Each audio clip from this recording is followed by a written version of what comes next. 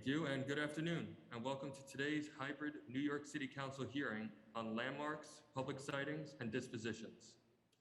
At this time, would all council members and staff please turn on their video? To minimize disruption, please place electronic devices on vibrate or silent mode. If you wish to submit testimony, you may do so at landusetestimony@council.nyc.gov. Once again, that is landusetestimony@council.nyc.gov. Thank you for your cooperation. We are ready to begin.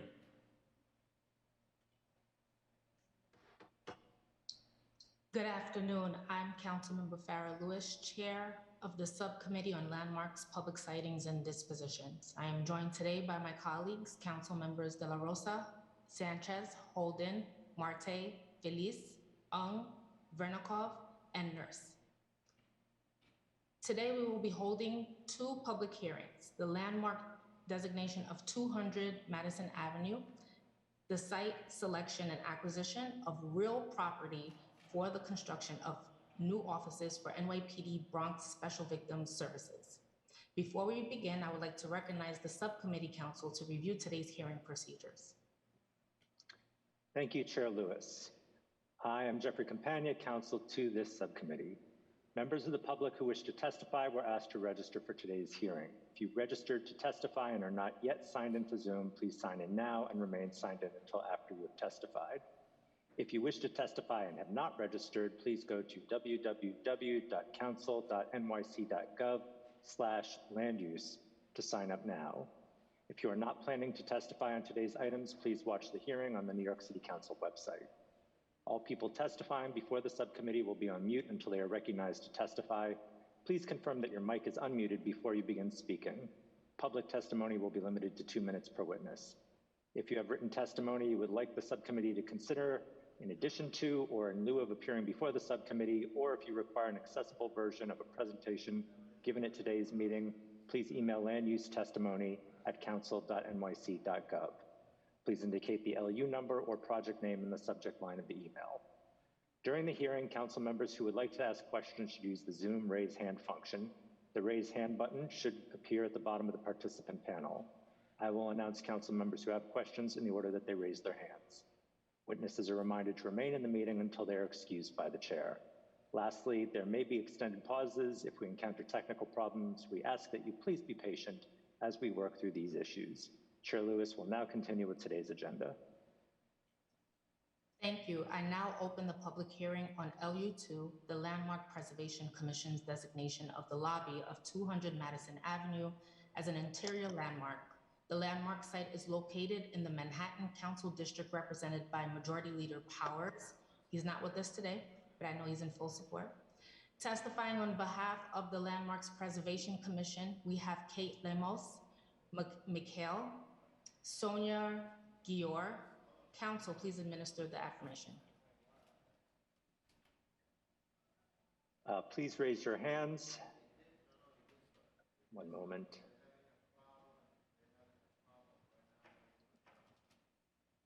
Do you affirm to tell the truth, the whole truth, and nothing but the truth in your testimony before this subcommittee and answer to all council member questions?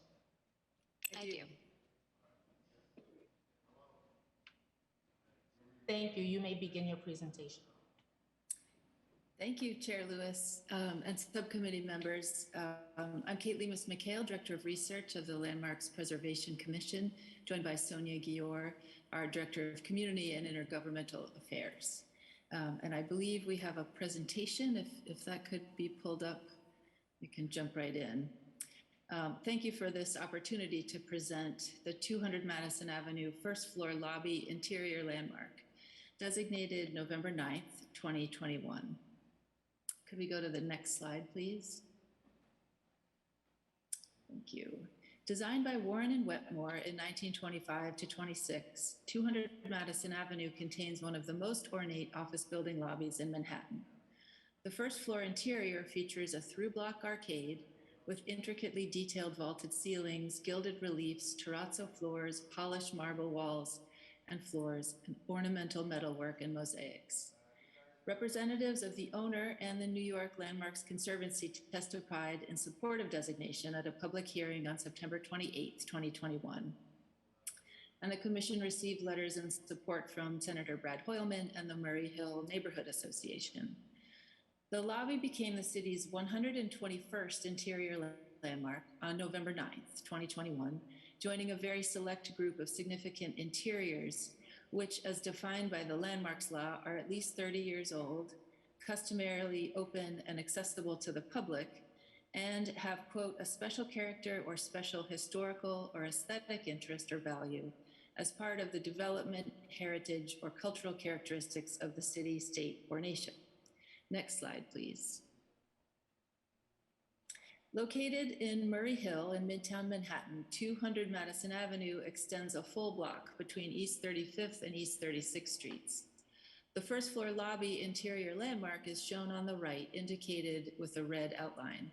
It's a T-shaped space that incorporates the building's historic through-block entrance lobby, vestibules, and a perpendicular elevator hall. It was historically not connected to its Madison Avenue lobby, which has been modified since and is not included in the landmark site. So you can see what was designated is included in the red outline. Next slide, please. 200 Madison Avenue was commissioned by Jesse H. Jones and the Houston Properties Company. Construction began in 1925 and was completed in 1926. Due to zoning requirements, it was built as a mixed-use structure with separate lobbies and entrances for residential and commercial tenants. The designated lobby interior originally served the commercial tenants within the office tower portion of the building. Next, please. The lobby of 200 Madison Avenue is among the architectural firm Warren & Wetmore's finest and best preserved interiors. Active from 1900 to 1930, this prolific firm, best known for their design of Grand Central Terminal, were consistently inventive interpreters of the classical tradition, producing a significant group of New York City landmarks and interior landmarks, including the lobbies of Steinway Hall, the Madison Belmont Building, and the New York Central Building, shown here. Next, please. At 200 Madison Avenue, the historic through-block arcade, elevator lobby, and entrance foyers have highly polished marble walls, patterned terrazzo floors, and gilded plaster ceilings. The ceilings and upper walls incorporate dense fields of low plaster relief set against dark green and Pompeian red grounds. Next slide, please. A vaulted arcade connects East 35th Street and East 36th Street with entrance foyers including historic doors and ornamental finishes at either end. Next, please. The mid-block is the elevator hall, which extends from the arcade towards Madison Avenue.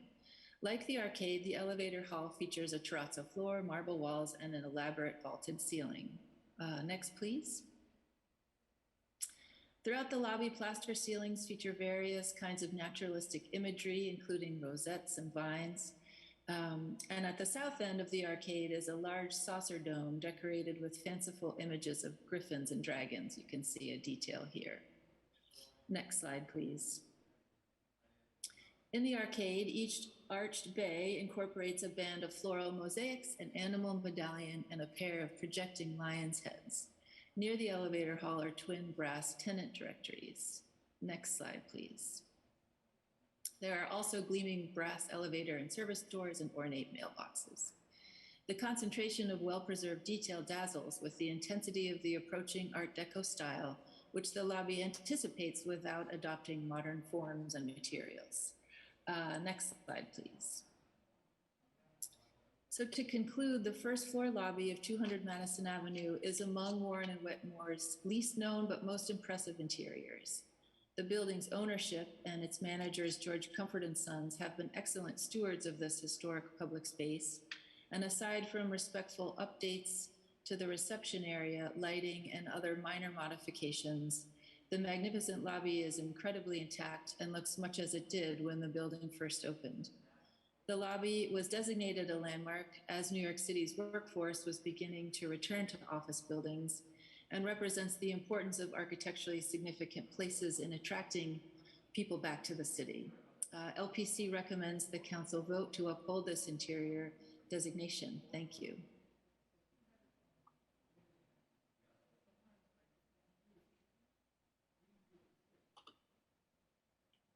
Thank you for your testimony.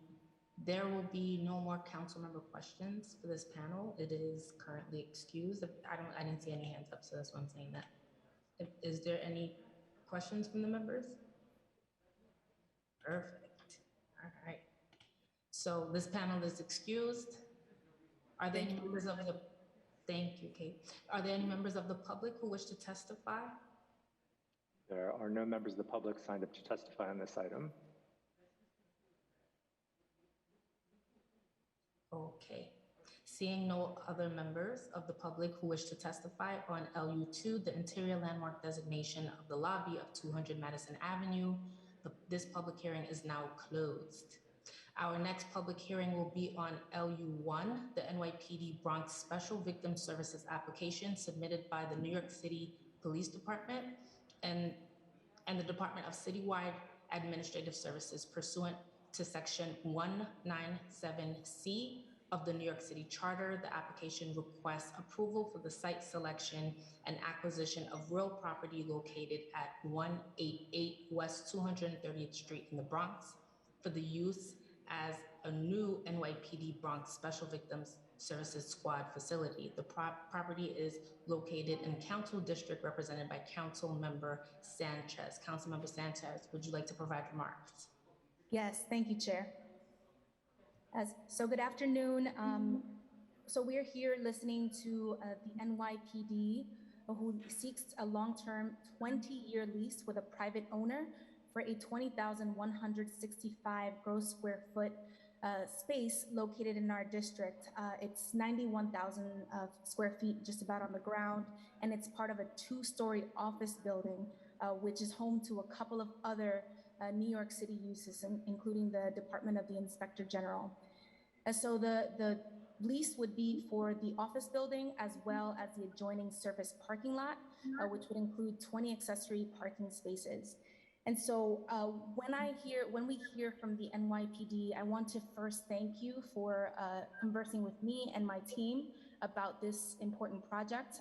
And I also want to thank you for listening and connecting and being responsive to Community Board 8 and the Community Board concerns that were expressed.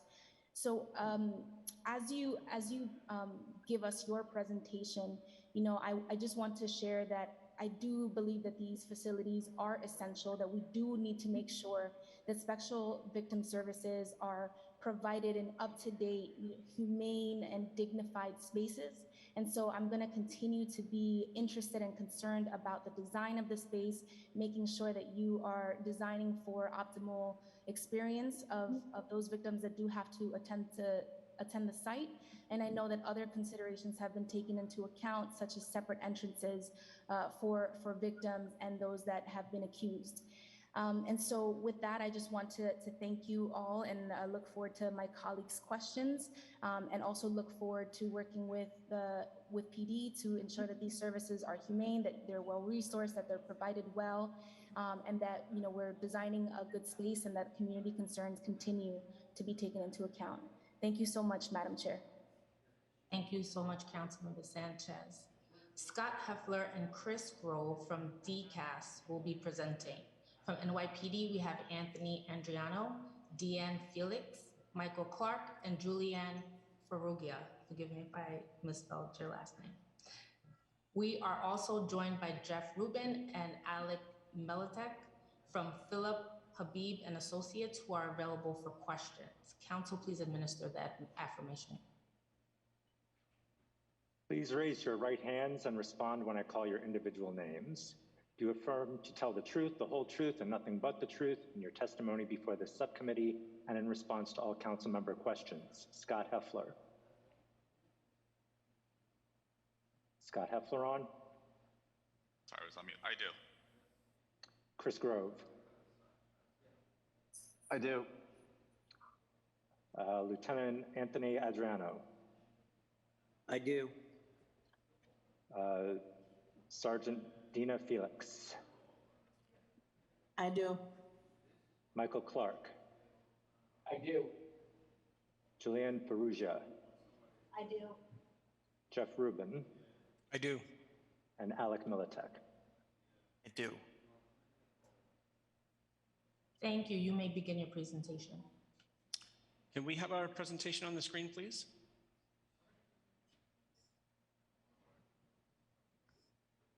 Okay, thank you. Good afternoon. Thank you, Chair Lewis. Thank you, council members. My name is Jeff Rubin. I'm a planner with Philip Habib and Associates, and we are consultants to NYPD.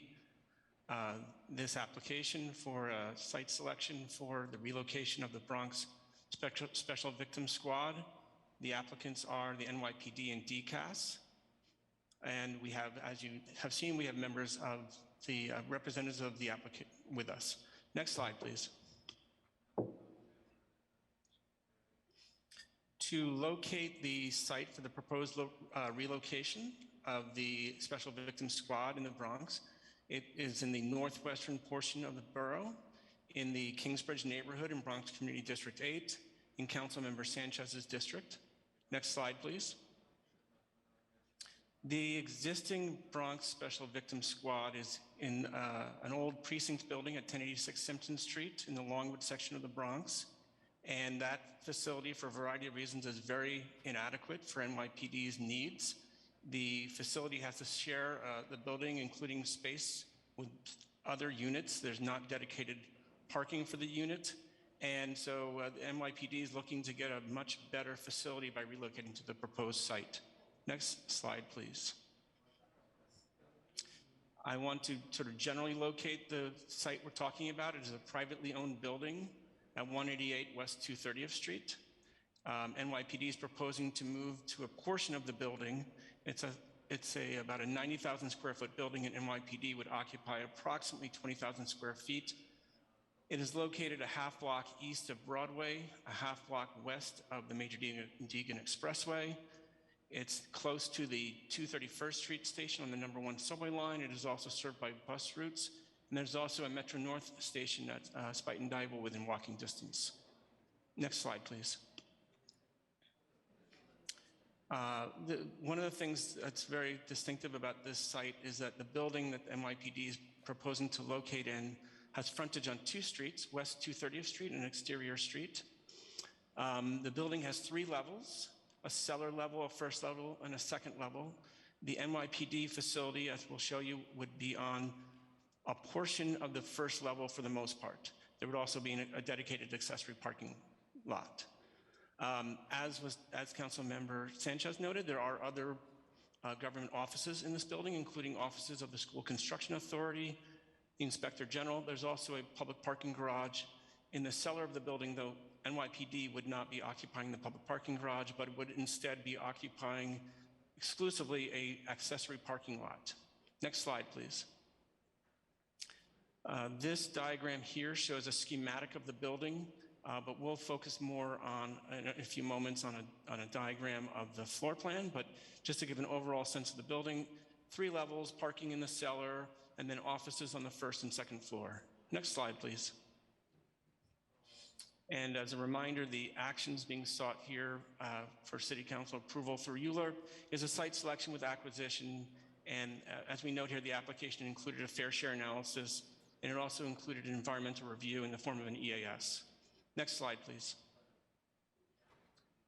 We have a series of milestones. The project was certified into ULURP on August 30th of last year. And while I won't go through all these milestones individually, I do want to highlight that the Community Board and the Borough President both made favorable recommendations. The City Planning Commission approved the application. The Community Board did have some concerns about parking, which NYPD worked with them to address, and we'll discuss that in greater detail later on in the presentation. And then, of course, after the City Planning Commission approval, we're now before you. Next slide, please. So this slide shows the overall location of the proposed facility within the first floor of the building. The color-coded areas are the NYPD facility. As you can see, there's another portion of the floor which is not color, and that's another occupant. Next slide, please. So we're going to focus a little more directly on the proposed NYPD space, just to orientate ourselves. In this diagram, north would be to the left. where West 230th Street is located. And the floor plan here is color-coded to emphasize the benefit of this plan providing separation of different populations, different activities, and also the fact that there's 2 access points. So the area in blue is where NYPD and its partners on this for this unit would be located, their workstations and so forth. Besides NYPD, the district attorney would also have a couple offices here, as would a victims advocate group. There's also dedicated facilities, locker rooms, pantries, etc., for the staff. The area in yellow on this floor plan is the area where victims would come for interviews and other interaction with NYPD staff. And as you can see from this floor plan, or I hope you can see, the yellow area and the blue area are accessed from a lobby that is on West 230th Street. Finally, the area shown in the sort of salmon or pink color on the right-hand side of the drawing is the area where NYPD staff would have interviews with suspects. And suspects would be brought into this facility from the other side of the building, the side of the building that is accessed from Exterior Street, where NYPD would have its accessory parking lot. And there is really complete spatial separation here and also access separation in the form of different entrances for victims versus suspects. And also, for example, the victims area would have its own bathroom, the suspects area would have its own bathroom, and there would be doors and walls separating these different populations and uses. Next slide, please. This floor plan shows the cellar level of the building where you have a public parking garage, which is the area that's not colored. And then you have an area in blue, which is a 20-space accessory parking lot, which would be a secure parking lot for the use of NYPD fleet and personal vehicles. And also whenever suspects are brought in or out for questioning, they are brought in and out through this accessory parking lot. And then they have their own dedicated entrance to the building. Next slide, please. Now, one distinctive thing about this building, and it can be a source of confusion, so I just want to try to clear it up through photos, which I think are the best way to do this. The top 2 photos in this slide show the West 230th Street side of the building. This site is a sloped site, and so on the West 230th Street side of the building, it very much appears to be a 2-story building, and there is a cellar level below street grade. And in the upper right-hand photo, you see the lobby that will be used as the entry point for victims and can also be used by NYPD staff. But then on the bottom 2 photos, you see the exterior street side of the site, particularly the accessory parking lot, which will be dedicated to NYPD's use. And because of the slope of the site on this side of the building, what we call the cellar level is actually at street grade, at the grade of exterior street. So while it appears to be a 3-story building on this side, it is in fact, we refer to it as being a cellar plus 2 stories because of the way it configures on West 230th Street. And again, this parking lot here would be just for NYPD vehicles, and this is where suspects would be brought in and out of the building in NYPD custody. Next slide, please. So I'm going to introduce you to Sergeant Dina Felix, who is a member of the NYPD Special Victims Squad in the Bronx. But Sergeant Felix, if I can help still with advancing the slides, please let me know. Okay. Hello, everyone. So the special victims, we only investigate sex crimes. The NYPD Bronx Special Victims is a part of a larger command called the Special Victims Division. The NYPD addresses cases where sex crimes occur in the Bronx from victims that are 13 and older. There are also other units in other boroughs and cases involving younger victims, but that's handled by the child abuse squads. Next slide, please. The proposed facility is expected to have 25 employees. It's expected that these employees would work, so we would work usually from 7 to 1, but that's 2 shifts. So we will have, 15, approximately 15 during one shift, which is usually from like 7 to 5, and then the other shift would be from 5 to 1. Next slide, please. The parking. So the parking spot has 50 has spots for 20 vehicles. And it's enclosed, it's accessory parking lot, like you said before, and it would be dedicated exclusively to our fleet, to our personal cars and our authorized vehicles. 10 of those spaces will be reserved for NYPD special victims vehicles, and the remaining will be reserved for NYPD employees and other services. NYPD expects that this lot would accommodate all of our fleet and our personal vehicles, which is way less than a regular precinct, which I know you guys are used to, like the 5-0 and stuff like that. Next slide, please.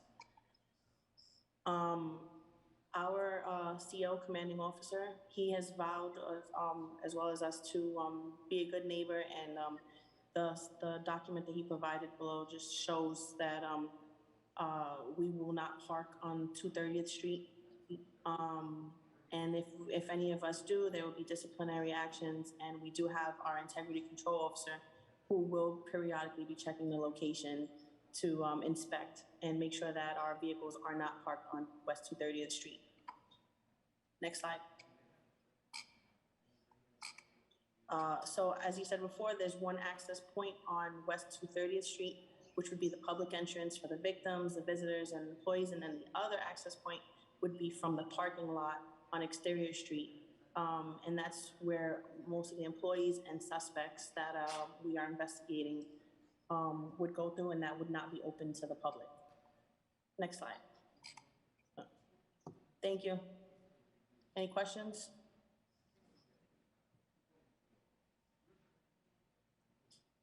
Thank you for your testimony. Are there any questions? Well, I have a quick question before I open it up to the members.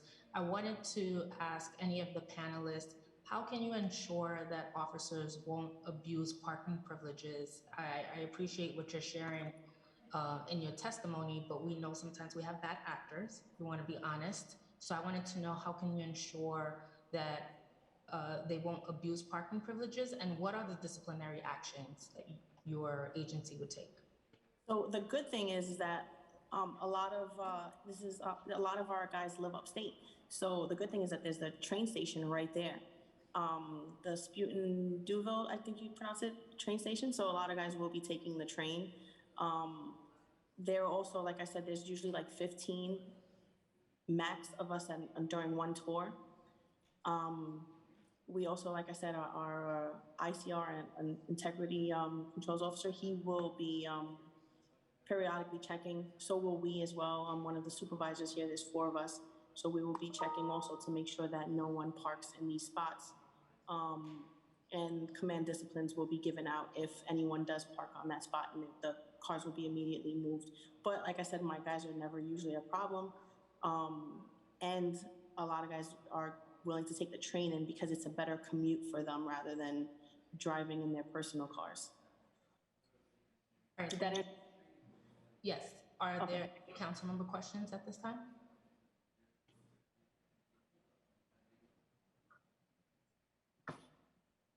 Chair, if I may? Yes. Thank You you. can proceed, Councilmember Sanchez. Thank you, Chair. So 2 questions. First is about the fair share analysis. Can you highlight the findings?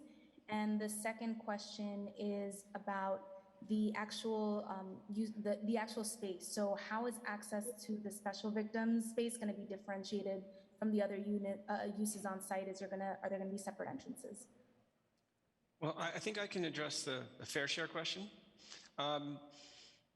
The good thing is that this type of unit is there's only one for, as Sergeant Felix mentioned, there's only one special victims squad per borough, and this particular area of the Bronx is not have a substantial number of other city facilities, particularly for city facilities that might be considered to be a concern for local residents or businesses.